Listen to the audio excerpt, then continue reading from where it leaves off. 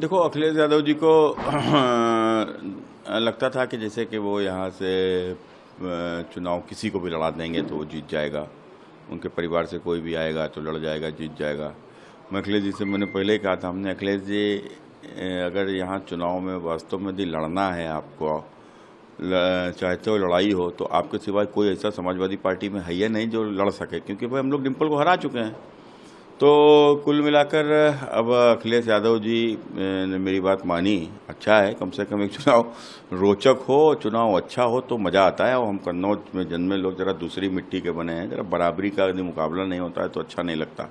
तो मुकाबला बराबरी का हुआ है, अच्छा है। अखिलेश जी आए हैं, कोई भी इनके अतिरिक्त तेज प्रताप भी आते तो ये समझ ही गए। हमने इनसे कहा था किसी को भी भेजोगे आप जमानत जब्त हो जाएगी, तो अखिलेश जी ने इस बात को समझ लिया है। तो ही आज समाजवादी पार्टी का सबसे बड़ा नेता मेरे खिलाफ चुनाव लड़ने आ रहा है। बात वो आप है, वरना तो कोई और होता तो जब का कहना है कि जीत नहीं सकता था। नहीं, सवाल ही नहीं उठता था। हम तो पहले ही कहा था कि देखो आप पूरी समाजवादी पार्टी अगर इनके पास पड़ी हुई थी, यहाँ इनके जितने भी जमीन के लोग हैं तो जानते हैं, जब जो आदमी जमीन पर रहता है वो जानता है कि यहाँ के ऊपर भारतीय जनता पार्टी की एक तरफा जीत हो रही है।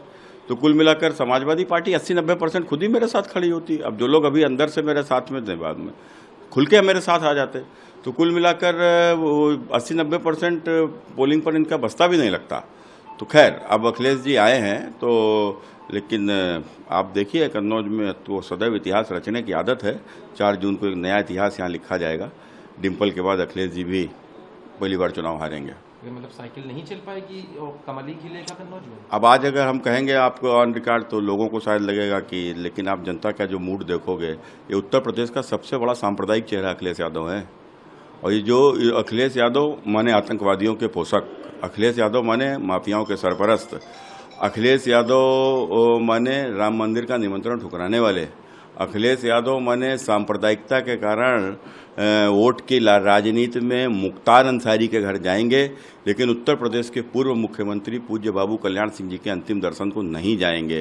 तो यह अखिलेश यादव की सांप्रदायिक राजनीति का अंत करने का भी यह चुनाव होगा। और निश्चित रूप से उत्तर प्रदेश में सांप्रदायिक राजनीति, माफिया, आतंकियों को सरपरस्तों की राजनीति सदैव सदैव के लिए समाप्त हो जाएगी। बहुत बड़ा बयान आपने ये दे दिया, कहीं लोगों को मतलब ये बड़ा अजीब है कि आपने जो बयान दिया, एक बड़ा बयान है कि सांप्रदायिक चेहरा और ये सारी चीज़ें।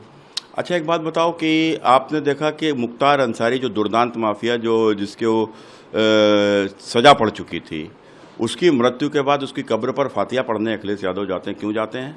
और उसके बाद वहाँ पर जाकर श्रद्धांजलि अर्पित करते हैं। आज तक एक भी जिसको इस दुर्दांत माफियाओं ने जिनको मार दिया था, अखिलेश यादव उनके घर गए? कितनी माएँ ऐसी होंगी कि जिनकी कोख मुख्तार के कारण से उजड़ गई, क्या उनको जाकर कभी सांत्वना दी? कितने ही बच्चे ऐसे होंगे जो अनाथ हो गए मुख्तार के कारण से, क्या जाकर कभी उनको कोई सांत्वना दी?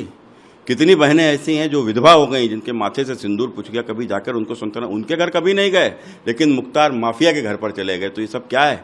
क्या चाहते हैं? क्या कराना चाहते हैं? ये जिस प्रकार की राजनीति कर रहे हैं, आतंकियों को और इस प्रकार के माफियाओं को सरपरस्ती, मैंने आने वाले दिनों में उत्तर प्रदेश में कि अगर इनकी सरकार गलती से भी आ गई तो यही माफिया, यही एक कट्टरपंथी जिनकी सोच है केवल कि बस अधिक जनसंख्या करके और किसी प्रकार से सत्ता को हासिल कर लो।